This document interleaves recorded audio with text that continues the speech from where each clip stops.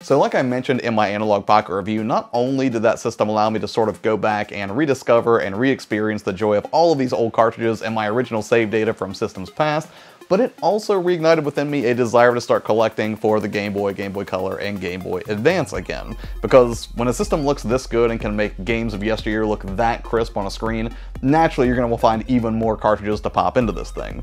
So, with that in mind, what I wanted to do today was talk about some of the games that I sought out explicitly for the Analogue Pocket, just so I could experience the hardware more fully and experience a whole bunch of games that I had either never played before or that I knew existed in my collection at one point and I wanted to re-add to my gaming library. So yeah, that's what this video is all about. I just wanted to take some time to talk about some of the recent pickups that I explicitly sought out for the Analogue Pocket, and some of these are games that I had never played before, some of them are games that I had at one point but no longer exist in my collection, so I was very happy to reacquire them. So let's just go ahead and dive right in with one that is actually probably one of the most shameful entries from my gaming past, and that would be The Legend of Zelda: A Link to the Past. Now this is not technically a new pickup, rather I purchased this last year because I found a really good deal on a boxed copy at one of my local shops, and I bought it specifically because I knew that I'd pre-ordered the Analogue Pocket and I knew that whenever it came out I would want to play it on that. And the reason for that is I have never actually finished The Legend of Zelda: A Link to the Past.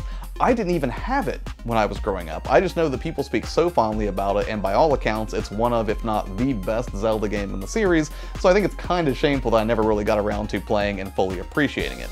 But I figured if I was going to do that, while I could have done it on the SNES Classic, I suppose I could have emulated it, or I could have played it on the Super Nintendo proper, I decided instead that I wanted to wait explicitly for the Analogue Pocket to play it, because I thought that it would be an experience that would lend itself very well to handheld play. And I say that not just because, you know, obviously the screen and the display on the Pocket looks brilliant, but also because I've played so many Zelda games in handheld mode anyways that it just seemed like a natural fit for the system. So yeah, I picked this up last year, popped it in to do some testing for this video and just kind of see what the footage looked like, and wow, it really does look amazing on the screen, and I absolutely cannot wait to play more of it and hopefully, finally, finish it. And to do a sort of dopey segue off the Link to the Past theme and go even further into the past, let's go to some original Game Boy games, and one of the ones that I did pick up was Dr. Mario. Now, I had Dr. Mario for the NES growing up, and for me this was almost more of a nostalgia purchase because honestly I probably would prefer to play Dr. Mario on the NES, but ultimately it just seems like it would play really, really well on the Analogue Pocket, as most games do. But from a nostalgia standpoint, I will never forget being a kid, and I actually had an NES in my room when I was about 6 or 7 years old, and my mom would come in and she would yell at me to go to bed, but she was only yelling at me to go to bed because she wanted to play Dr. Mario on my Nintendo. So I remember falling asleep so many nights while she was just staying up feverishly playing Dr. Mario with that incredibly amazing chill music. And yeah, it's a game that's not very difficult to come by, as I understand it. I think I got it for like $7 or $8, but when I saw it I was like, okay, well this seems like a natural companion to Tetris anyways, and a game that probably a lot of people enjoyed on the original Game Boy when it first came out, even though I only played it on the NES. So yeah, this was just a no-brainer. It was a good price, it was in great condition, and predictably it plays great on the Pocket. Next up is Super Mario Land 2 6 golden coins. Now, I actually did have the original Super Mario Land in my collection, and I did go ahead and beat that in December, like right when the Pocket came in, because I'd never beaten it before, and I thought, you know, why not? Plus, it's not an especially long game, but it is somewhat of an oddity. Like, even though it is technically a Mario game, it does not feel like Super Mario Brothers. Like, you can kind of tell that they were still getting kind of used to the handheld form factor and how they were actually going to bring Mario to this new piece of hardware. It's not that it's a bad game, it's perfectly fun, but the jumps and the movement feels a little bit more stiff than what you're used to. However, Super Mario Land 2 6 golden coins feels a whole lot more like a traditional Mario Brothers game. A lot of the movement feels the same, there's an overworld, a lot of the power-ups at least look and perform more like what you would expect than, you know, like the Fire Flower did, for example, in the original Mario Land. So I went ahead and started playing this, and I really am having a great time with it. I don't think this ever got a release on Game Boy Color, I don't think, but I did play around with some of the display options on the Analogue Pocket, and you know, you can swap out just the grayscale for something like purple or red or something like that. Purple looks kind of nice actually, but again, I'm hugely biased towards that color. And the other thing that's weird for me about Super Mario Land 2 is I know I had this when I was a kid growing up. I distinctly remember seeing it in like one of those like old padded Game Boy cases that used to carry stuff around in. And for the life of me, I have no idea what happened to it. Like, I have traded in games before from my youth, but I almost never traded in Game Boy games. And in fact, I would say Game Boy, Game Boy Color, and Game Boy Advance are the games that best survived, you know, from my youth to the present day as a collector. So I'm not really sure what happened to it. Maybe I let somebody borrow it, I don't know. But yeah, thankfully I was able to find this over a Muzza shop at L1 Games, and he hooked me up with this, and also its sequel, which is the next entry on this list, Wario Land Super Mario Land 3. Now, I just played this a little bit for the purposes of this video because I want to finish Super Mario Land 2 before I move on to this one, but at least initially I can say that the mechanics feel really, really different. Playing as Wario is so much different than Mario. It feels like controlling the Hulk or something, because he's a little bit beefier. You know, you can just like rush enemies, you can jump on them obviously, but then you can also like stun enemies by like rushing them, and then you can throw them at other enemies. So I think it's going to be a good time, but it was way different. It was so weird, like going straight from Mario Land 2 right into Mario Land 3. And then sort of trying to get a feel for how Wario moved by comparison was very odd. But it's not that I'm opposed to playing Wario games or anything like that. It's just that most of the stuff that I played that had Wario in it would be like Mario Kart or WarioWare micro games on the Game Boy Advance. And I haven't really finished a proper Wario platformer yet, so I'm looking forward to this one as well. And next up is actually not technically a pickup, rather just a very generous loan from Muzz at L1 Games. He was kind enough to let me borrow a fan translation cart of Mother 1+2.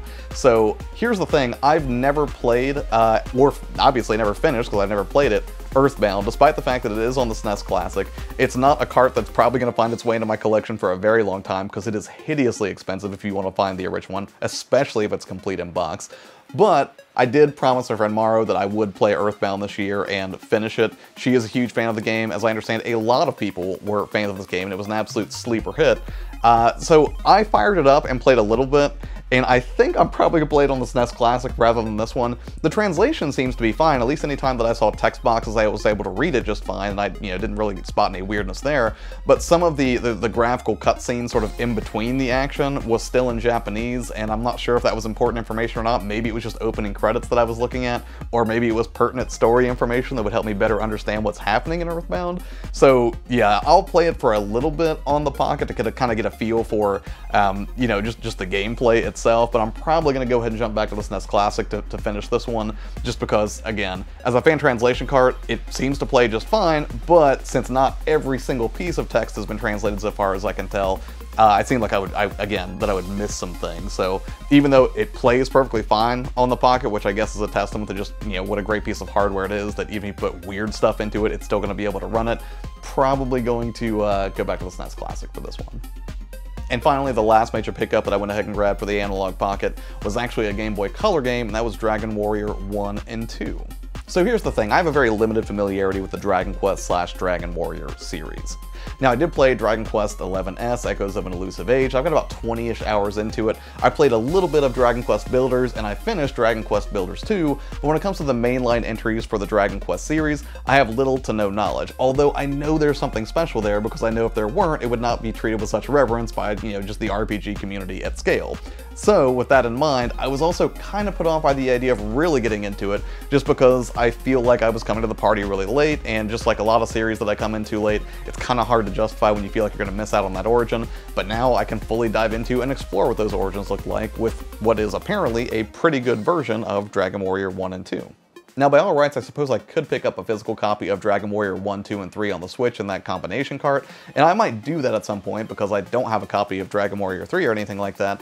But for right now, I'm not sure if I'll dive into this immediately because I've got so much else that I have to play, but I like the idea of gradually getting into this series because, again, I know that it has a massive fan base, and I've got to say one of the things that I did appreciate during my very brief time kind of testing it for this video is that the second that I heard that main theme pop up and realized it was the same theme that I'd heard in Dragon Quest XI's Echoes of an Elusive Age, it really did bring a smile to my face because that's just such an amazing song, and it was kind of crazy for me to look at this cart that's like decades old at this point, which was really just a reflection of the NES version, I think, and then hear it sort of, in that amazing sort of chiptune aesthetic, and realizing that I had, not, at least somewhat recently, heard the orchestral version, and it really did just bring like this huge smile to my face. So I was like, this truly is something special, and it was one that probably, it might be my favorite pickup that I've gotten so far, at least in terms of like new games that I'm grabbing for the Analogue Pocket, and again, I'm not sure when I'll get into it, but whenever I do, I'm sure it's going to be an amazing time. I mean, probably, I don't know. There have been a lot of Dragon Quest games as I understand it, so if you're a big Dragon Quest / Dragon Warrior fan and you know more about it than I do, which is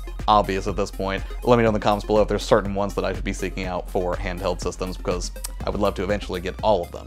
So kind of like the Analogue Pocket review itself, you might have noticed that I focused exclusively on stuff from the Game Boy library throughout this video. However, I did mention in that review that I did get the Game Gear adapter for the Analogue Pocket.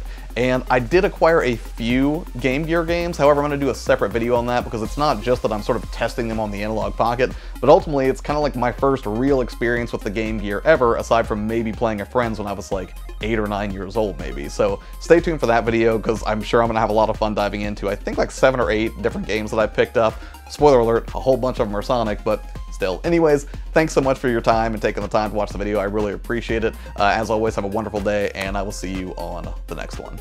Bye.